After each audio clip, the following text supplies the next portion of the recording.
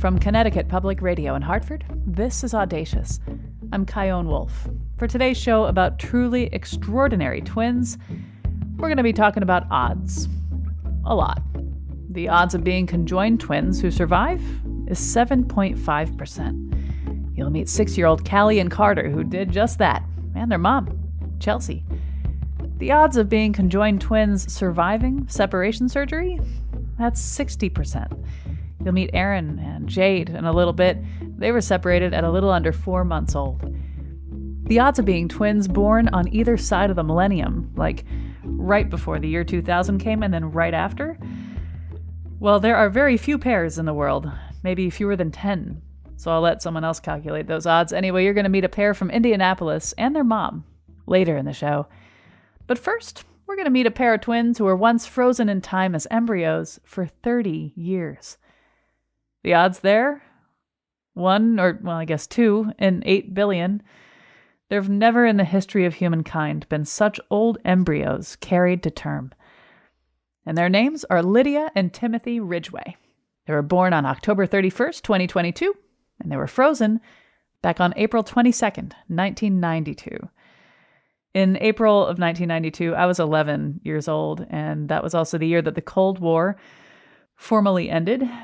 Compact discs surpassed cassette tapes in sales, and speed skater Bonnie Blair won the first gold medal for the U.S. in the Olympics. You know, simpler times. Their parents, Rachel and Philip Ridgeway, chose those embryos from what was called the Special Consideration Section at the National Embryo Donation Center. They were considered special because their biological father, the donor, died of Lou Gehrig's disease, which can be passed down genetically. When all 4 of them joined me recently, the twins were just 6 weeks old, and I asked, of all the embryos to choose, why these? Because when we went to the NEDC the first time, we were told that no one looks at those children. And that really spoke to us as, okay, well, then that's definitely a category we want to look at then. And then as we were going through those categories, we're like, okay, here's a couple of, there's 5 embryos here that have never been adopted. And as far as we can tell, they've been waiting the longest. So let's go ahead and take these guys. It's just a dynamic, and I guess that's at the heart of all the media interviews you've been doing, and this interview as well to a degree. Like, it's this dynamic that no one is used to. If we get to conceive children, they are new. They are brand new. And you remember life before them and life after them, and that's it. And it's pretty straightforward. But the idea that these two souls, spirits, beings have in some way, shape, or form existed for so long and just been in waiting. What do you do with that feeling? It's very humbling to us because the fact that God created these 2 children 30 years ago and then waited those 30 years for us to be their parents. There could have been anyone in the midst of that time that he could have chosen. Instead, he had chosen us. And so there's very much a humility involved with it, and just a wonder and thankfulness that the Lord preserved them for that amount of time, and that we get to hold them now in our arms and get to be their parents. And we want to, Lord willing, in the future, be able to explain that to Lydia and Timothy and show them how special they truly are. You had mentioned about how they were in this special consideration category of embryos that aren't often even looked at or considered. Their biological father died of ALS, Lou Gehrig's disease. And Rachel, you've said it didn't really matter to us if they're considered perfect or not. And Philip, I've read that you've said, we've always thought, let's have as many kids as God wants to give us. We're not done yet if that's God's will. And this is a tough part of the conversation to have that I'm sure you've had in your mind as well. And I'm really curious to hear your reflections on it. But by intentionally bringing into the world 2 people who may have later in life Lou Gehrig's disease, which, as you know, is this brutal, painful, cruel disease that affects the person with it, that affects their family. I guess I'm curious to hear how you square being accountable for choosing them to possibly give them that experience of being a human being with Lou Gehrig's disease, a very painful condition. Like, why didn't you choose someone else? And what do you think if you imagine that if someday these beautiful babies may suffer in that way? I'd just like to hear your reflections on that. Yeah, so it's important to remember that the ones in the special considerations category are simply ones that are known as a possibility. The other ones, it's unknown, but still just as much of a possibility. And so in our minds, there wasn't a question of, well, should we choose some over others because there's a known possibility versus an unknown. The other is that God created humans in his own image, and that's why we have value and worth. It's not because of our size or our level of development or environment or degree of dependency. We all have value because we're human beings, regardless of whether we have maladies or disorders or, I mean, I have a particular genetic condition, but I'm grateful for the life that God's given to me because it's better than what I deserve. And there are many people that have extremely painful, debilitating conditions that would rather have life with them than no life without them.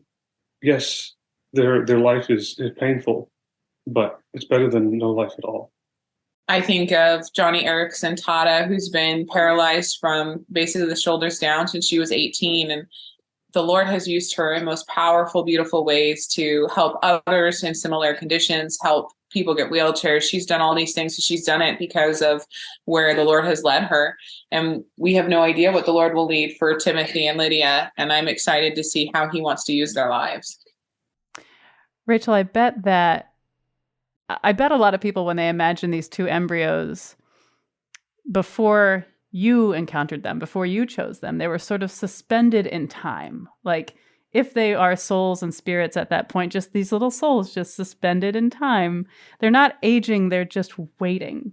Mm-hmm. When you were pregnant with these children, did you feel like I have these older souls in me? And then when they were born, were you like, finally, in a way that you weren't with any of your other children?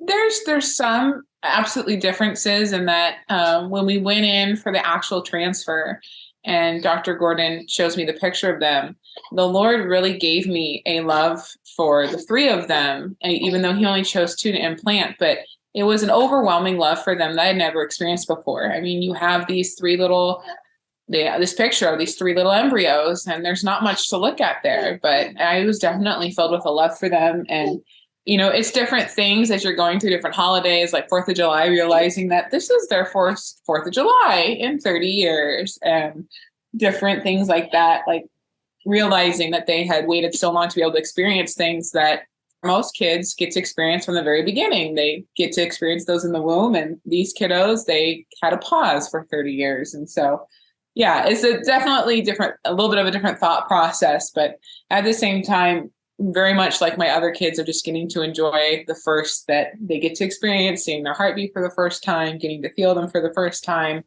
All those things were definitely the same. Well, Rachel and Philip Ridgeway, thank you, and your family, and Lydia and Timothy, welcome, welcome, welcome to this wild world. Good luck out there. Oh, thank you so much. Thank you, Kyle. When we get back, meet twins who were born on both sides of the millennium. At the end of the day, it's a neat little story you get to tell, and it's not a story that a lot of people have. Meet twins who were once conjoined. I do kind of think about how slim the odds were that we're here, but I am very thankful. And meet a pair of 6-year-old conjoined twins and their mom. I'm Kyone Wolf. This is Audacious. Stay with me.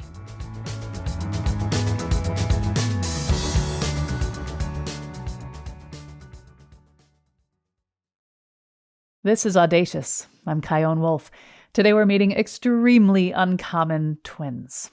Later in the show, you'll meet Callie and Carter. They're conjoined twins who just celebrated their 6th birthday. And you'll meet a pair of twins who are no longer conjoined. But these next twins, they made their debut on each side of the millennium. Let me set the scene. The Milky Way. Planet Earth. It's New Year's Eve, 1999. The Waterford crystal ball hovering above Times Square quivers in anticipation.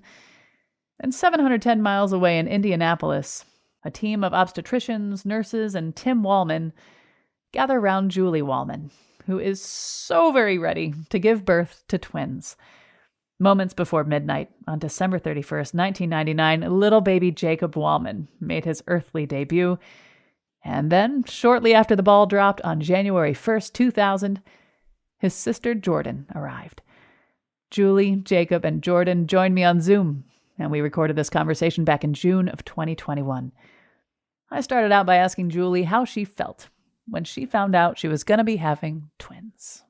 Well, the day I found out I was having twins, I actually thought I was losing the baby because I had started spotting, and the doctor was like, lay down, relax. We'll have you in this afternoon for an ultrasound. I'm like, yeah, I'm going to relax. Yeah, right. I'm losing my baby.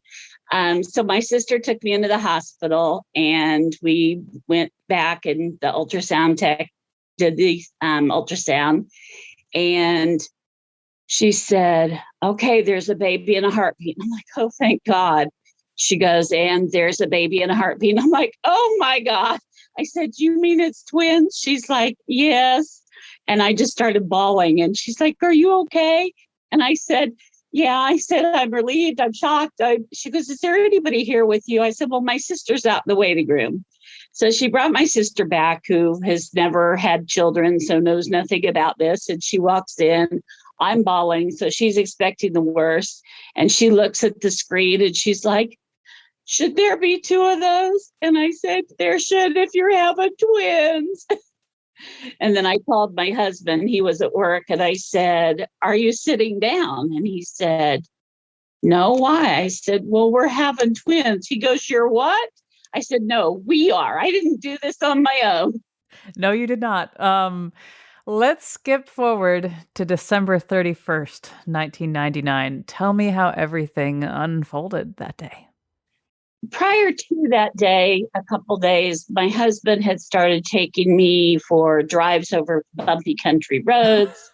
On New Year's Eve, he made me go to the wall and parked as far away from the door as he could, so I had to walk as much as I could. He took me a couple days before that to a restaurant we used to have called Don Pablo's, because there had been a thing on the news that their salsa put women into labor. So we ended up eating for life for free at Don Pablo's because during all the interviews, we, of course, mentioned that. So then that evening, we were at my mom's playing cards, and I'd had a couple contractions throughout the day, but I hadn't said anything because they weren't big or very close together. And I was sitting next to him and happened to have my hand on his thigh, and a huge contraction hit. And instinctively, I just squeezed his leg really hard. He's like, what? I said, nothing, because I still didn't want him to know because I wasn't sure it was time yet. And he's like, you're having contractions. So immediately jumps up, calls the doctor, and we go to the hospital. And once we got there, my contractions stopped. Of course. So they watched me for a little bit, and then they started in again. And they were like off the chart contractions. So the doctor came back, and it wasn't our regular doctor. It was an on-call doctor, which ends up that I was really glad she was the one that was there. She was amazing. And she said, well, we just have a decision to make. She said, do we want a millennium baby, or do we want a New Year's baby? And my husband was always the thinky type. And he said, well, can we do it at 11:59? Because I had to have a C-section. I had at that point one hip replacement, and Jordan was breech. So she didn't want to try turning her with my hip and everything. So she said, we're going to have one of each, aren't we? And Tim said, yep, we are.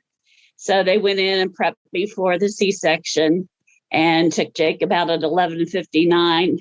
And that from 11:59 to 12:01 was the longest 2 minutes ever. Everybody just kind of standing around waiting. And then as soon as the clock hit 12:01, she delivered Jordan. Was there like a sense of humor about all this? Because to me, it's kind of hilarious. Like it's something you decided because you could, thanks to our medical technology, and it's just like a cool thing that you couldn't have possibly really anticipated or had like a family meeting about with your husband. Let's do this. And was it funny to you? It kind of was, and I was kind of out of it because my blood pressure bottomed out during the delivery. So they'd given me some drugs to bring me back, so I was kind of pretty loopy.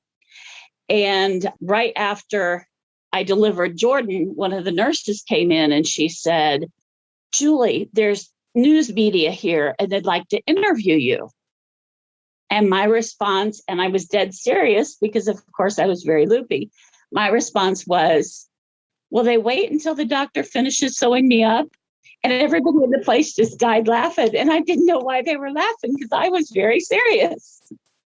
So we spent until about 2:30 that morning in with the press, and talking to them. And then at that point, we got up to my room. And then a couple hours later, a radio station in California somehow got a hold of the hospital. And my husband ended up going out and doing a phone interview with them at that point.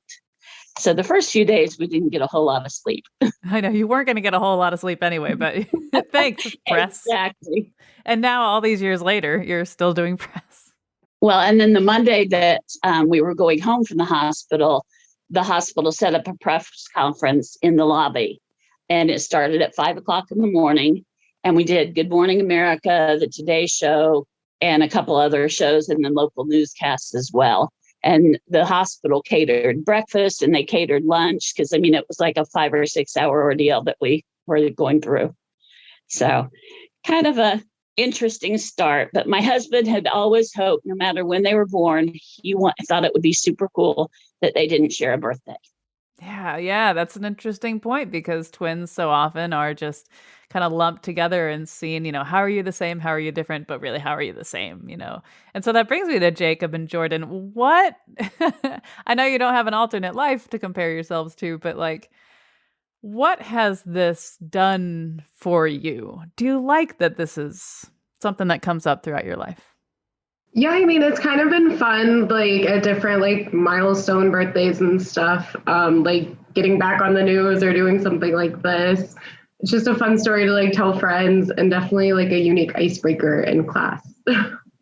Yeah, like Jordan said, it's one of those things not a lot of people can say and has happened. Like when I get introduced to new people, whether I'm at work or at football, they're always like, this guy doesn't share a birthday with his twin. And then they go through the whole story. It's one of those things. They're like, do you get tired of hearing that? It's like, no, you just kind of get used to it. It becomes your own thing. Now, the whole separate birthday thing, it's been awesome because since we're so young still right now, every time I hit a milestone age, like 18, 21, 10, as soon as that midnight hits on the 31st, I'm over here. I'm already 21. You're 20. Now, it's going to come back and bite me in the butt when we turn 40 and 50, but we got a ways. Is there any way this makes your life more difficult? Insurance. Oh, tell me about it, Julie. When I first registered them, it was the hardest thing to get everything straight. They had Jordan as a boy. We had to get that straightened out. They kept sending me information stating one of them's date of birth was wrong. And it's like, no. So I ended up just faxing them in copies of birth certificates to show, yes, they're twins, but they have these separate birthdays. And what was that about the taxes? Jake, I actually got to claim in 1999, but I lose him a year earlier. So, Jordan, I will get to claim 1 year longer than I do Jake. Julie, is there anything you would have done differently? I don't think so. Their father died when they were 13 months old. So he has not gotten to share in all this with us. My husband was known by everyone. He was a school picture photographer. He was a ref. He wrote for the newspaper. Very popular man. Never met anybody he didn't like. Was no stranger. And this to him would be just the coolest thing. And I think this is kind of the legacy to him. I'm so sorry for your loss. Thank you. I'm glad to know him just briefly through your family, and clearly his sense of humor and his support of you and love for you is obvious through your stories. So thank you for sharing that with us. Is there anything that I haven't asked you? Is there anything that you're annoyed of being asked? Is there anything that I missed that you wish you could say? The funniest question I get asked about them is, are they identical? And it's like, they're boy, girl. No, they're not. I always find it funny. I coach football over here at Mooresville High School, and our head coach every year when he introduces our staff, I'm introduced as a twin who doesn't share a birthday, and he goes in the story. Some of the kids are like, well, how are you twins? you don't have the same birthday. You guys can't be twins. And it's like, you have to sit there and explain it to them. It's like, come on, like, get with the times, like, understand it. But you kind of get going over that over and over again. But at the end of the day, it's just kind of, it's a neat little story you get to tell. And it's not a story that a lot of people have. No, sir. Well, Julie, Jacob, and Jordan Wallman, thank you so much for talking with me. Well, thank you for having us. Thank you. Thank you. Next, meet Erin and Jade Buckles. They were born as conjoined twins on February 26th, 2004. They were connected from navel to mid-chest, sharing a sac around the heart, a diaphragm, and liver. About 4 months after their first breaths, they underwent separation surgery, which left Erin paralyzed from the chest down. They're 19 years old now, and I asked them how often they tell people they were once conjoined. You'll hear from Jade first. Most of the time when people ask me like about myself, I kind of start with the fun fact that I'm a formerly conjoined twin, just because you don't really meet a lot of people who are. And then they always kind of ask the question, like, is your twin okay? Because most of the time both don't make it. And then I get to tell all the fun stories about how different we are. When you look at pictures of yourselves from when you were conjoined, what do you think? What do you feel? I feel like it was probably really uncomfortable, and I can't imagine what it would be like if we were still conjoined. I also don't know who's who in any of those pictures either, so yeah, it almost doesn't really feel like I'm looking at myself. Obviously, we're so small and like can't remember any of it, so it doesn't really feel like it's me or Jade, just like two people who are stuck together. How often, I realize I'm asking this, as I notice you're both wearing green. How often does that sort of thing happen? I feel like that happens all the time. We both have Be Real, like the little app where you take a picture of yourself or whatever. And almost every day we happen to have the same hairstyle. And I don't know how that happens, but it does. Yeah. And I was thinking beforehand how funny it would be if that happened. And it did. So it happens a lot. Erin, the separation surgery left you with a spinal cord injury. So that makes you different from Jade in a lot of ways. What do you make of that when you think about it? I think it does make our dynamic a little bit different from other twins, just because there is that physical separation, like of abilities, that makes us so different that it sometimes I think there's like a disconnection with us. It's not like be all end all, but it is different. And I think we've had like struggles with that missing piece. What do you mean by missing piece? Like, we don't always fully understand each other. What do you think of that, Jade? I definitely agree. And especially when we were little, that was probably a lot bigger of a problem because all twins want to do the same thing as each other. And so, well, I mean, we did try and do the same things all the time. Like, I would always go play wheelchair basketball with her, and then she danced for a little bit. Like, we did all the same things still, but it was hard, like in school with friends. We always had different friend groups. And then as we get older, our interests had to kind of diverge because we couldn't do the same things. Like, I imagine we would have probably done all the same sports and done everything together if that wouldn't have happened. And obviously, like, everything that happened, the fact that you were conjoined, the fact that this spinal cord injury is part of Erin's life is no one's fault. Jade, I wonder if there are times where you wonder why it went that way. I guess I have had those moments of like, it sounds weird, but guilt. Again, it's no one's fault, but like, and also I feel like she's still like, Erin, you still live your life like I don't know, you do amazing. So that's not the guilt reason. It's just, I feel like you've gone through a lot more than I have because of that. So I do feel that. How does that feel to hear, Erin? I already knew she felt like that. Read her mind on that. But I don't know if I've gone through necessarily more, because like she's been there through all of it. So it's just different ways of going through the same thing.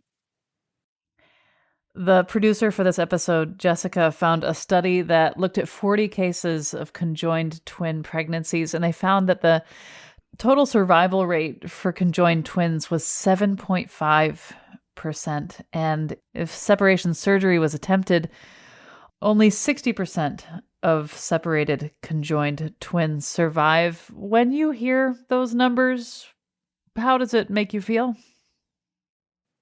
Definitely makes me feel special. Very thankful. I feel like I don't think about those stats very often just because everything did work out. So I don't really consider the fact that most of the time it doesn't. But I do have those moments where like I go back and watch those little documentaries that were made when we were little and I like get all freaked out. I'm like, what's going to happen? Are they going to be okay? And I'm like, oh wait, it's literally me. Spoiler alert. I exist and I'm watching this. It's fine. I do kind of think about that a lot, how slim the odds were that we're here and doing as well as we are. And it is a little spooky, but I am very thankful that things worked out the way they did, because they don't most of the time. What are some ways that people screw up talking with you about having been conjoined twins? Well, there's always the initial comparison of the whole circus part of like the conjoined twin thing, kind of dehumanizing the whole being a conjoined twin, and then comparing us to people that they don't see as real people, like Abby and Brittany, the conjoined twin, who are still conjoined. Like, it's just people don't think conjoined twins are real people or that they're separate people. They're just like, oh, this one person has two heads or something, like that kind of thing. So it's always, people are not very aware that that's not something you say, and that conjoined twins are two different people who just happen to share parts of their body or a body. Yeah, there's always that like initial curiosity of like where we were conjoined, which is fine, but people go wrong with like phrasing of things, like Siamese twins. That's, you shouldn't ever call conjoined twins that, because that goes along with the whole circus act thing and not being like real people, like Jade said. But you know, a lot of people don't like, they're not super offensive. It's just really big curiosity that isn't always phrased very well. When you think about your parents and what this must have been like for them and all the decisions that they had to make throughout all this, what do you want to say to them? I don't know how they did it. I don't think I would have been able to continue going through everything that they went through our entire childhood. I think they're extremely strong. I'm just like, I look up to them so much and their ability to persevere through all of that, like fear that they had to push through. Like they had to make all these decisions about our lives when they kind of had nothing to go off of. So just very honored to be their children. Yeah, I agree. Just simply like, thank you and great job, because it definitely was not easy and is not easy, but they did it as best as they could, and I'm glad that they did. Having been born conjoined twins is kind of a big deal. The fact that you were separated is kind of a big deal. Like, and this happened so early on in your life that it's all you've ever known, this information, right? Maybe if you'd never had the scars, and maybe if the, you know, even regardless of the spinal cord injury, like if you hadn't known you were conjoined twins, you would still be utterly yourselves. You just know that you were, and you have the scars to prove it. How comfortable are you with Being identified this way, like here you're talking to a public radio host in Connecticut who wants to hear all about what it was like being conjoined twins, but you're also so much more than that. How comfortable are you with this being a really big element in your origin story and in a part of your life still? I'm extremely comfortable with it. Again, it's probably one of the first things I tell people, mostly because my life isn't my life without Erin in it. So I can't really be myself around people without talking about her constantly. So it's something I'm extremely comfortable with, and it's a huge part of my identity. Yeah, I'm the same way. I guess my thing is I don't really bring up the whole formally conjoined thing. Like I just tell people I'm a twin, and then I talk about Jade. Like I guess it only gets brought up if it gets brought up. For me, it's not that like I'm not comfortable with it. It's just maybe I'm so comfortable with it that I don't even really think about it ever. Well, did I miss anything you wanted to bring up that I haven't asked you about? By the way, I just want to point out you're both looking up and to the right. It's so cute. No. I wish people would ask me. I also feel like the formally conjoined part is something I talk about mostly because when I talk about Erin, I talk about like that she plays wheelchair basketball at Alabama. And then their next question is always like, why does she play wheelchair basketball? And I'm like, well, during the formally, during the separation surgery, all this happened. So that's probably why I lead with that. So that like when I do talk about everything that she does, I don't have to keep backtracking to answer their questions. Yeah, people see me and there's no reason to assume like anything crazy or, people make other assumptions and I let them do that. What assumptions do people make about you, Erin? Well, they just assume what my disability is without like ever asking. So like a lot of people assume I was in a car accident or like something else that was traumatic and not a stroke. How do you wish people would inquire if they're curious? Are you glad when they don't? Are you glad when they do?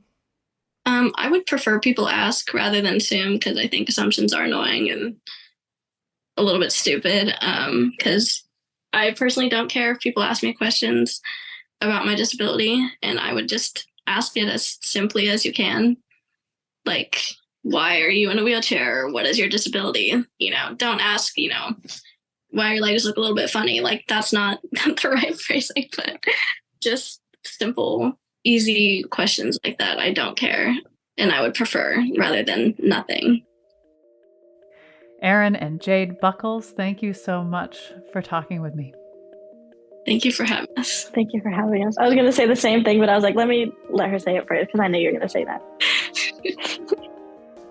After the break, what's it like going out into the world with your 6-year-old conjoined twins?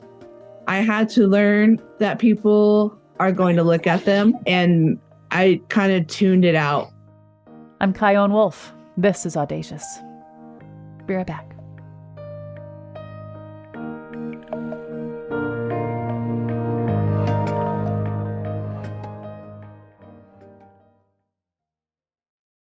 This is Audacious. I'm Kyone Wolf.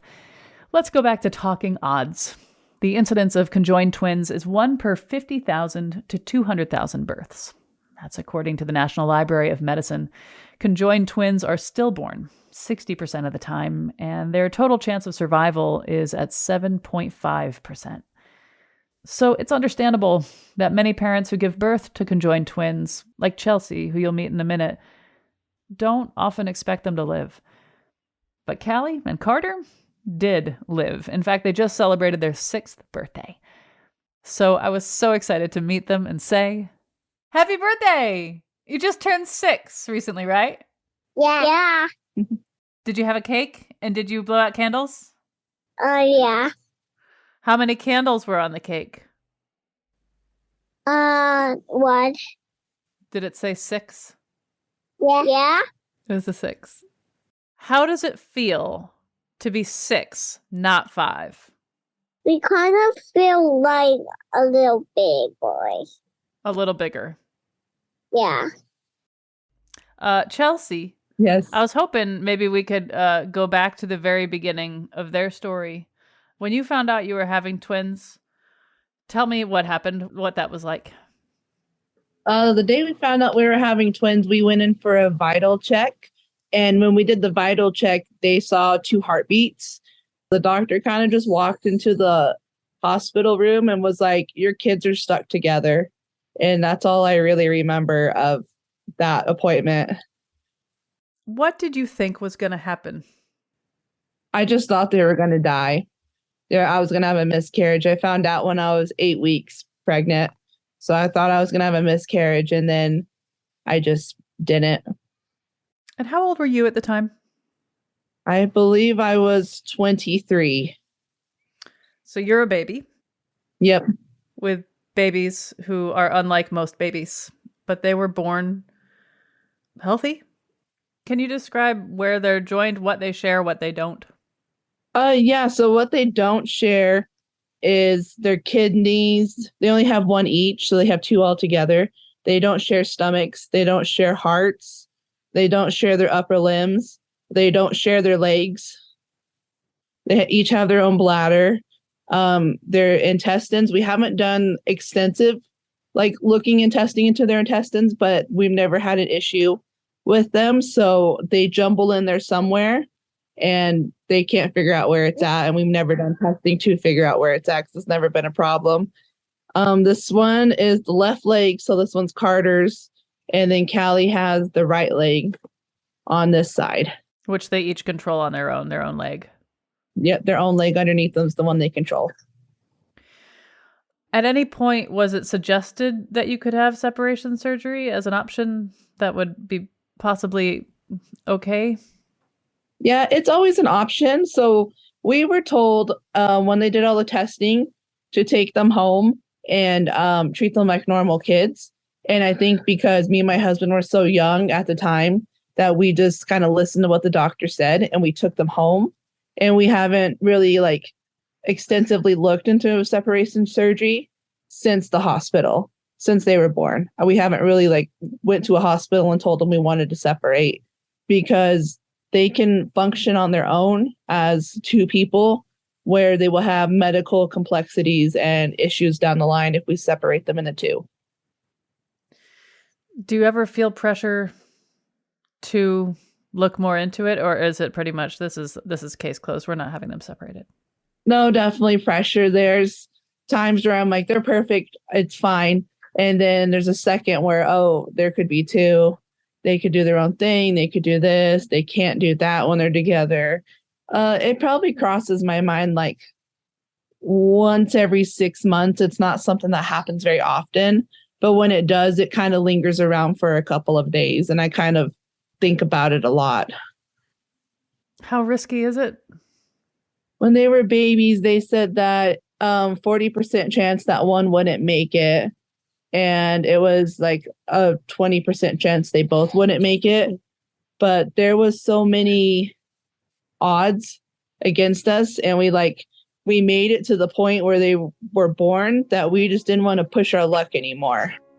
And I'd rather have them conjoined than not have one of them. Okay, Callie and Carter, I have a question. When one of you wants to go one way and the other wants to go another way, how do you figure out which way to go? I'm like, wait a minute. I got a great idea. How about we go in this room a little bit first, and I'll go in the labor room next. They usually go with the flow of each other, but they don't talk. They don't say, let's go to the living room or anything. They just kind of go. So I think they have something that is telling them to go a certain way. And I know that you love school. How many friends do you think you have at school? We think we have 100 friends, and everybody likes us. This is narrating Kyone now. I just want to let you know that at this point in the conversation, the girls took off to go play, so you might hear them in the background. When you're out and about, going for a walk and shopping, and people pass by, what kind of responses do you get? I think everybody stares at us and I say I think because I had to learn whenever I had them that people around us are going to look at them. And I kind of tuned it out. Like, as bad as that sounds, whenever like we went to Walmart today and I could see in the corner of my like peripheral that people were staring at them, but I don't actively look around of my surroundings, because if I do, I get very, very overwhelmed and I'll get very protective because almost 90% of everybody there is staring at them. So I had to like teach myself not to be aware of my surroundings, even though you're supposed to be taught opposite. I taught myself not to be aware of my surroundings, to kind of like desensitize myself from seeing people look at them constantly. Because at first it was super, super rough. Like, I got into a fight with the girl because she took a picture of them and I smashed her phone. And it was, if I do that now, if I did that every single day since then, there'd be a lot of issues. If you could explode and let it out, what would you say to people who stare, or people who, worse, take photos? They're just kids. Like, it's just rude. It really is. I've had people come up to me and ask to take photos, and like, that's better than them just taking photos of the girls and stuff. What kind of things would people say? I've had a few people tell me that they belong in like a circus. A lot of people say that they are like, they're just like demons and stuff, like they're from hell kind of thing. They're monsters. I had one guy say he was going to come to my house and kill us all before. That one really struck me pretty hard. Or it's unfair. I get called a bad mom. If you look through like my TikTok or anything like that, a lot of the comments are me being a selfish mother. Because you are showing them to the world on your own terms? Yes. A lot of it is not straight towards Callie and Carter, besides like the monster stuff, but 80% of it is towards me. 80% of it is like, that's selfish, mom. Like, that's a selfish decision. Why would you bring your kids into the world like that? Like, what made you think that? What do you say to people who challenge your decision to have nurtured them into existence? They didn't go through it. They didn't get told that their kids were going to die or to have an abortion like 7 times.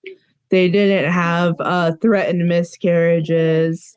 I thought my babies were going to die, so I was expecting them to die. I didn't buy anything for them. It was not a normal pregnancy. It's just very traumatizing, and it's very hard to judge somebody when you haven't, walked in their shoes, kind of thing.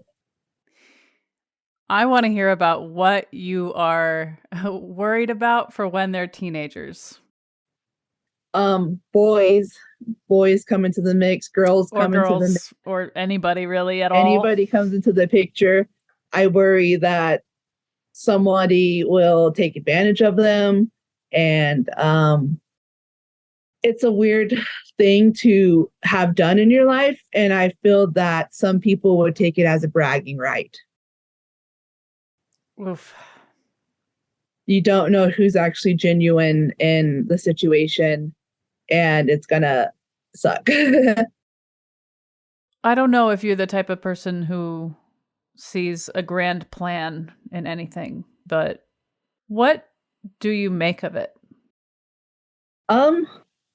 I don't understand what power or thing happened for me to have conjoined twins, but I somehow did it, and I don't know what's testing me. I don't even play the lottery because I feel like I've used up all of my luck on my girls for the rest of my life.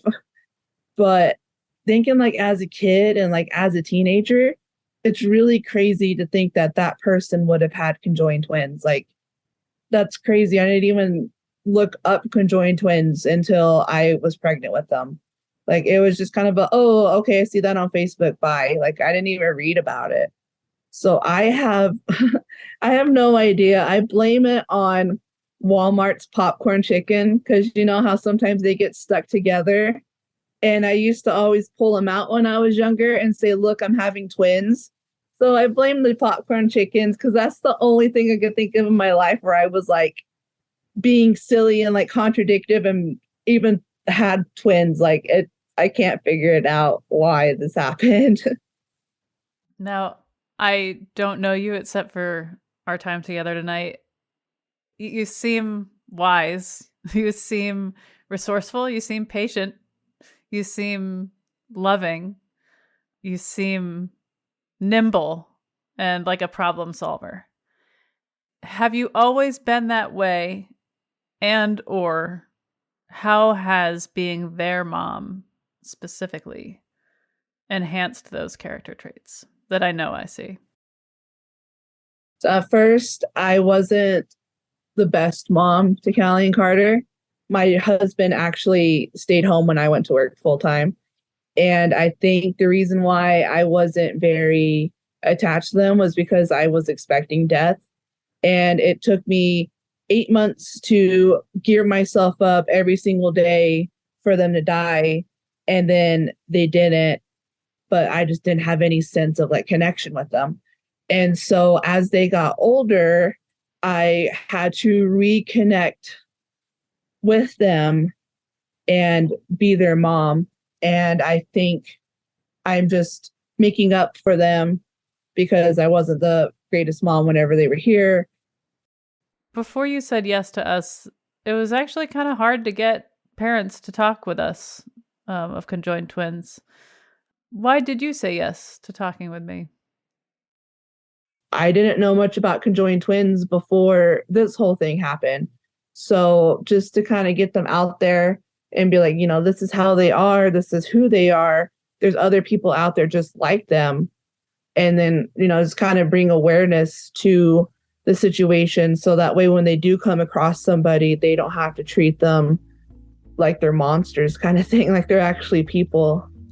They're normal people that just had an unlucky situation and navigating life's hard already. And now you got someone stuck to you for the rest of your life. So it's very hard. That was Chelsea Torres, and she was joined in the beginning by her amazing daughters, Callie and Carter. Audacious is always lovingly produced by me, Jessica Severin DiMartinez, Khalil Rahman, Meg Fitzgerald, Meg Dalton, and Katie Tolarski at Connecticut Public Radio in Hartford, with help from our interns, Elizabeth Van Arnhem and Melody Rivera. Since I know you loved this episode, go back in our archives and check out another show we did about twins, including this one. Imagine that you're 25 years old and you find out that you have an identical twin. And you meet. Sam and Anais join us to tell us what that was like. And you'll also meet Larry Wilson. His identical twin, Ronnie, died by accidental drowning when they were just 16 years old. Larry said he always felt like he was living his life for two after that, so he became a facilitator and advocate in a group for people like him called Twinless Twins International. You can hear that truly beautiful show and all the rest of them at ctpublic.org/audacious or subscribe wherever you get your podcasts. And if you've got a minute, we'd love an enthusiastic review on Apple Podcasts. Send me your thoughts on Facebook, Instagram, and Twitter at Kyone Wolf, or send an email to audacious@ctpublic.org. Thanks for listening.